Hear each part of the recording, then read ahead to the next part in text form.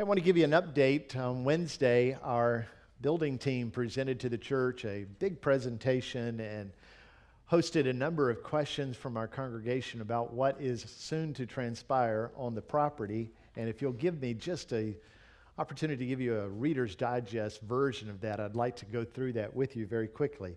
We started with a mission as a build team, giving them the assignment to do these things. We were looking for a building that we could worship the Lord in, have around 800 seats. The grounding architecturally of the building would be similar to that of the personality of Meadowbrook in that we have a bedrock of faith. We have a heritage as a Southern Baptist church that we are not ashamed of and settle into. We are people of the Bible. We are people with great worship and expressions of praise. We do that in an old traditional way at times, and in other times we do it in a very contemporary, modern way. What you just heard in the last two songs is very much who Meadowbrook is. We have a grounding such as the church's one foundation is Christ Jesus. And then we have an old hymn like we just sang, done it in a very modern contemporary way. Those truths just don't run out. They are timeless, aren't they? So we express those in different ways. We sing new songs, we sing old songs. So we wanted a building that had an architectural feel to it that had both of those, a grounding to them and also a contemporary way about it. We wanted the baptistry to be a feature part of the building itself since it communicates so well the gospel of Jesus Christ. We wanted excellent AVL, audiovisual lighting, and we wanted a flexible staging area to be able to do many things in that building. The building committee also was working on connection spaces, gathering places where we can be seated, slow the pace, be able to talk and make relationship with our guests and be able to connect our members to ministries that God has called us to locally and globally, and to provide additional education space, a minimum number of 7 classrooms close to the facility that's being built with convenient parking, worship rehearsal area for our worship ministry, and then we were really hoping to have everything under one roof. So that was sort of the parameters that our build team was setting out towards. We employed, as a church, a design team. This is Black Design Architecture, Lance Black, the owner of that firm, along with Paul DeGiorgio, Haley Treadaway, and Richard Fu, who you probably recognize has been associated with Meadowbrook and our architectural needs for a good while. They have come together with our building team and a construction company to develop a plan and to develop a system by which we might do ministry in the new facilities. This is what it will look like as if we were coming from the side parking lot across Brookhaven coming to the worship center. If you were to come off of Manor Street, which will have a brand new entrance from Manor Street, and you would see the parking lot there on the Manor Street side, but also the education facility, and you're seeing there to the far right the back side of the worship center where the worship rehearsal area would be. Just to give you your bearings, what we're talking about doing is building a building in the middle of our campus. You and I are at the bottom left corner on that screen in what is the gymnasium. And then to the far side of that screen, you can see where the offices are and the Kids Stuff Theater is. And of course, just to the left of that area is the 3-story education building. And then all that in the middle is going to be built. From the far left side of the new building, the fireside chat room, to the worship facility itself, the center section in the front is the guest connection space. The area in the back is the worship area right behind the staging. And then, of course, the coffee cafe area, the education space, and then the corridors that connect everything. The worship facility will be, we think it will look like this. It's a fan-shaped building. This particular rendering doesn't really show you the fan very much, but the purpose of it being in a fan shape similar to this, we have sight to each other. Maybe not when I didn't have my glasses, I couldn't see you, but now I can see you, and I'm making eye contact with you. Well, maybe 90% of you, 10% of you, your eyes are closed, but for the rest of you, I'm making good eye contact. And that's the way it will be in this building, because we want the people on the platform and the people in the congregation to be engaged together, to worship together, to proclaim together, and to really communicate. And man, do you ever communicate back to me when I'm on the stage, and I'm grateful for that. You can see there at the right side on the floor is the baptistry, so it's really close and connected to people. You'll have the opportunity to be up and close to the baptistry. And then, of course, the cross over the baptistry is the imagery of the gospel itself. It doesn't look like the stage is very large there. In fact, one person said, I don't know that we can fit everything on that stage. Well, the architect helped us to see you've got plenty of space. There's a great room to grow in the choir loft, and the band is right in front of that choir area. This really contemporary feel and great AVL that's going to go on. The staging looks permanent, but everything can be picked up and moved. We've made it so that we can empty the stage completely and have all the flexibility in the world. If it works best for that service that we move all the choir to one side, we move all the risers to one side, and we move the band to the other. Maybe we want to move the band forward. Maybe we want to put them to the side. We can do anything we want. We've developed this space so that it might be as flexible as possible, and really a great place for us. Right outside of the worship center is this little coffee cafe area, and in that is a place that we hope people will just settle down, spend some time together, and just enjoy each other's company, pray together, read the Word together, have some afterthought from life group and worship. And on the other side, you'll find this area. It's a little fireside chat area. And those sort of bank on both sides, the worship center. I'm interested in that because I want there to be places where we could say, hey, I'll meet you at the coffee area, or I'll meet you at the fireplace. Or after the service, I can say, hey, if you're wrestling with this, you want to spend some time praying with somebody, you want to just talk through what we mentioned here today, go to the fireside area. There's a couple of people there ready for you. Or I can say, Kay and I will be over in the coffee cafe after the service today, and we'd like to sit down and have some conversation with you. So that's really a good opportunity for us.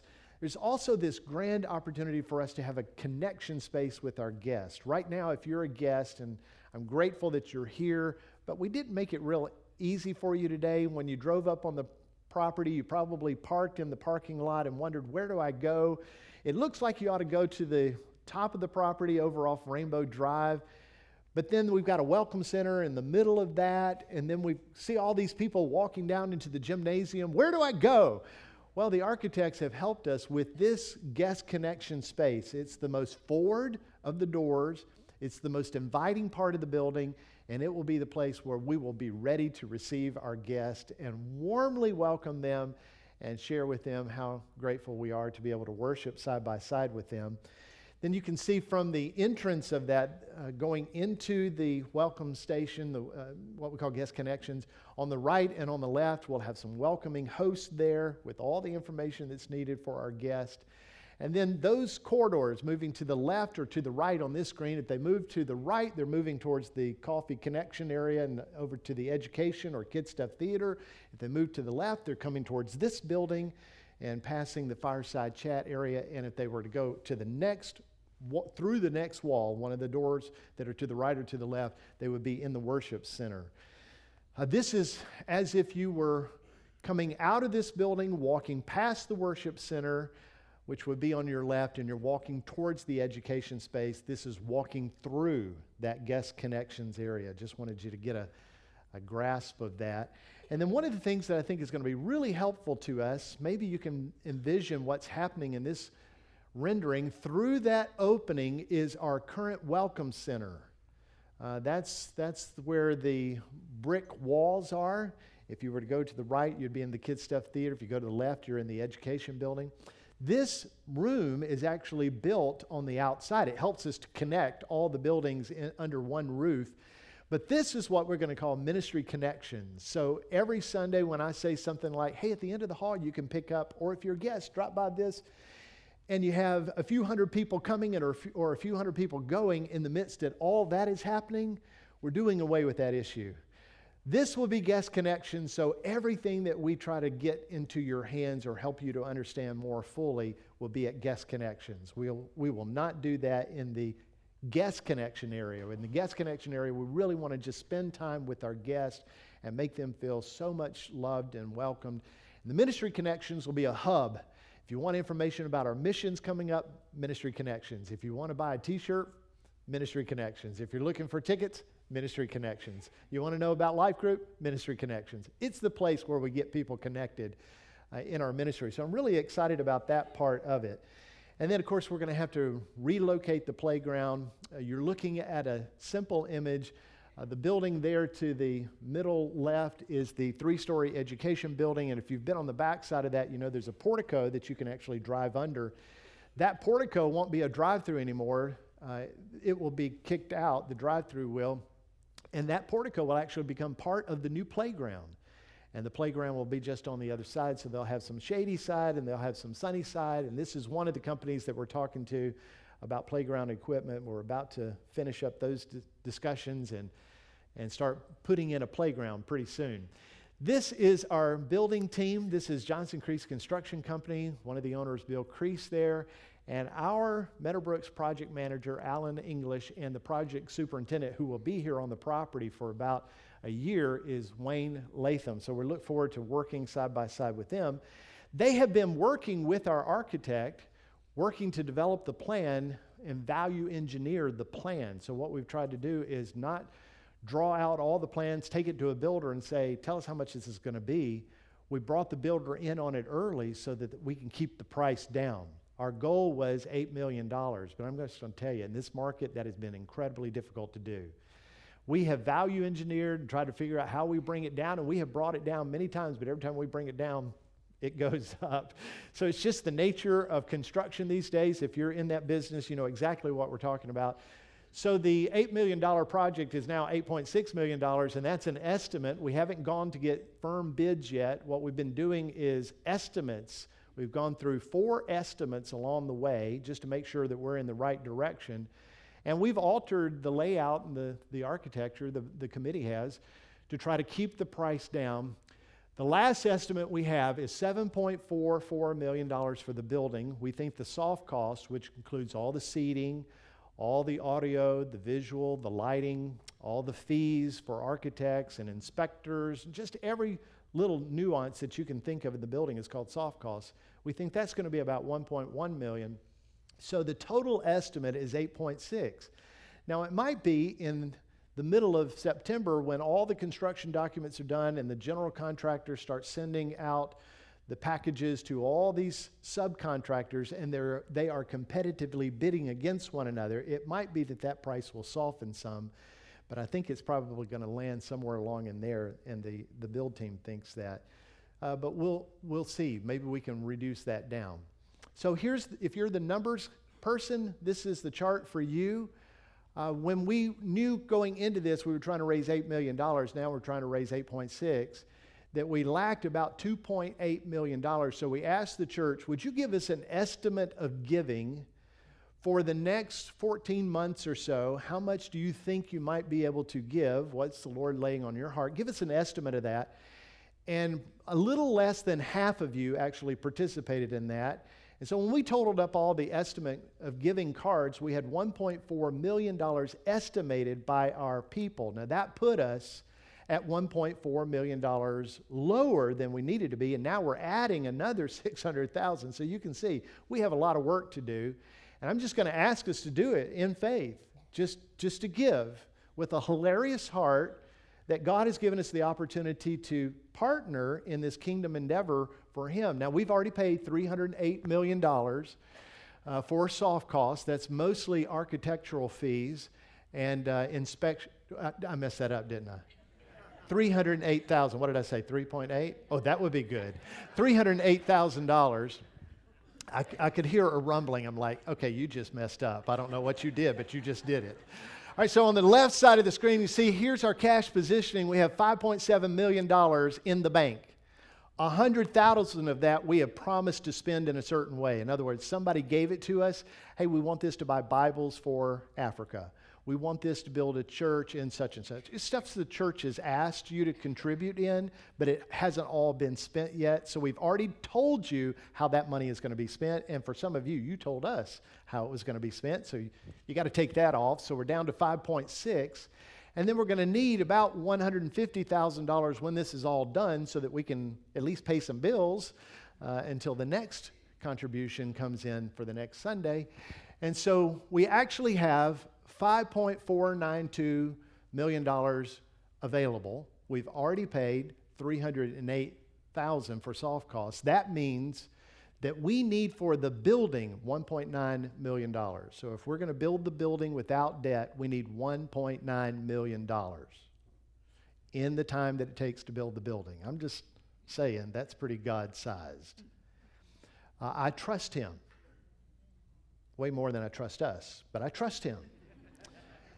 And then there's an additional $872,000 that's needed for the soft costs. We've got to pay for the seats, got to pay for the audio-visual lighting and all the other stuff. So of the $8.6 million, we still need to raise $2.79 million. And if you were to break down just the building alone, that's nearly $150,000 a month. That is to double what we give right now in our general giving. So big numbers, big assignment for us, and it's just going to require all of us participating. I can tell you, as God is my witness and my wife as well, Kay and I are now giving at a measure that is affecting our lives on a day-by-day basis. We are attempting to lead the way in that.